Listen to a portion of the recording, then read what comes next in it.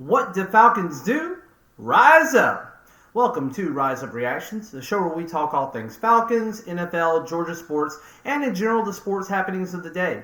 I'm your host, Dr. Lee Denning. I'm a board-certified family medicine physician practicing here in the Georgia area. So today I just want to talk a little bit about Calvin Ridley, his future with the team, a little bit about his past and his stats, and just kind of where I think we're going with him in the future. Does he have a future with the team? Do we need to be looking on from him? So just a recap for anybody who doesn't know. We drafted him in 2018, number 26 overall.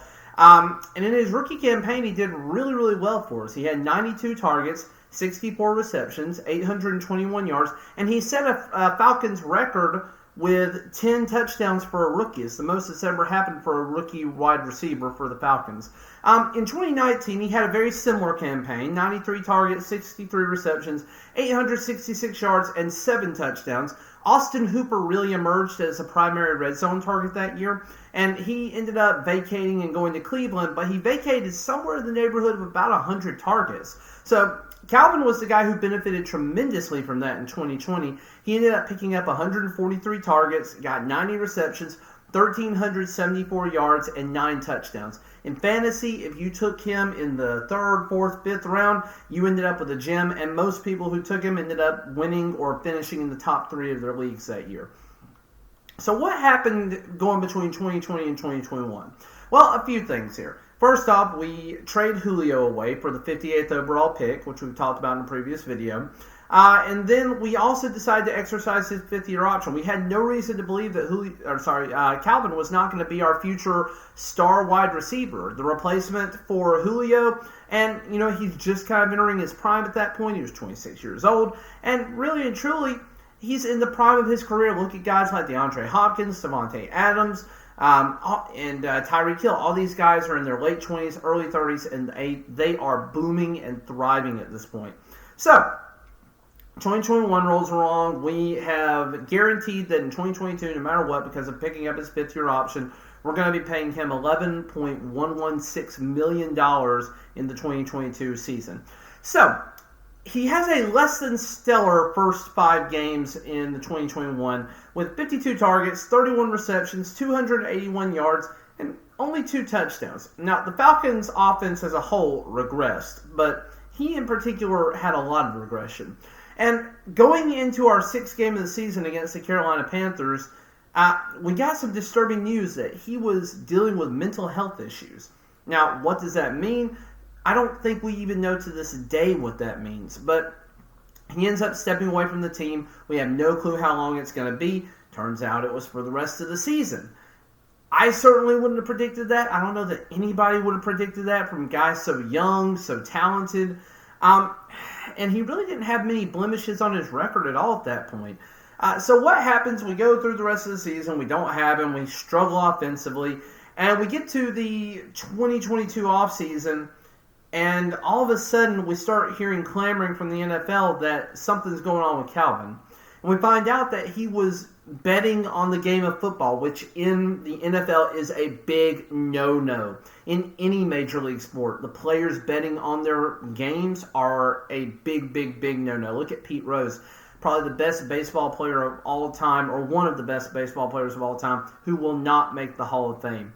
I personally think Pete Rose should be in the Hall of Fame. He still did the deeds. He still has all of those hits, those home runs. He still has all those statistical categories, but you got a bunch of older guys who just don't want to let him in. So what? What does it matter if he was betting on the games? Well, actually a lot. It messes with the integrity of the game when a player bets on teams. Now, it really matters if the player is in the said game. I'm going to mess that up a lot. Calvin was not in any of the games that he bet on that we know about. Now, initially there was a 1,500 bet parlay with the Falcons for us to win the game that he was not playing. That's the original report that came out. Since then, we found out that he has actually bet about $3,900 on 6 total games involving the Falcons. He bet on 2 other NFL games that didn't include the Falcons.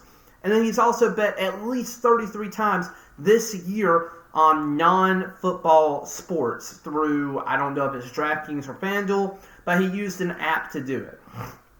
Now, betting on other leagues is one thing, but betting on the NFL and doing it with that frequency is definitely somewhat justifiable for a suspension by the NFL. Unfortunately, that suspension on the wheel of punishment is the entire 2022 campaign, and they put in quotations, at least the 2022 campaign, meaning that he can apply for reinstatement into the league next year in February of 2023. There's no guarantee whatsoever that they'll let him back in at that point, but, they probably will. He's too good of a talent and too much of a draw to not let him back in. Now, when you've been betting this many times, I have a very hard time believing that he just picked up sports betting in 2021. I feel like if that's your habit, then you've had that habit since a long time. Now, that's just my thoughts on it, and who knows if I'm right or wrong there. But it's really disconcerting when the NFL has come down with this such harsh punishment in light of other events that have happened in the NFL's recent past. So let's just focus on Deshaun Watson for a second. Someone with such massive allegations of a criminal nature against him. And again, it sounds like he's probably going to beat the criminal side of it. Civil side, for whatever corrupt, stupid reason, he has gotten all of his civil charges pushed out and all the trials into 2023 after this coming season.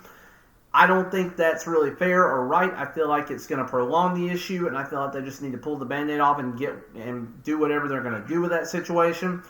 But again, he's going to be facing some sort of suspension, but we don't know what it is. We don't know if it's going to be 4 games, 6 games, half a season, a year. We have no clue for that.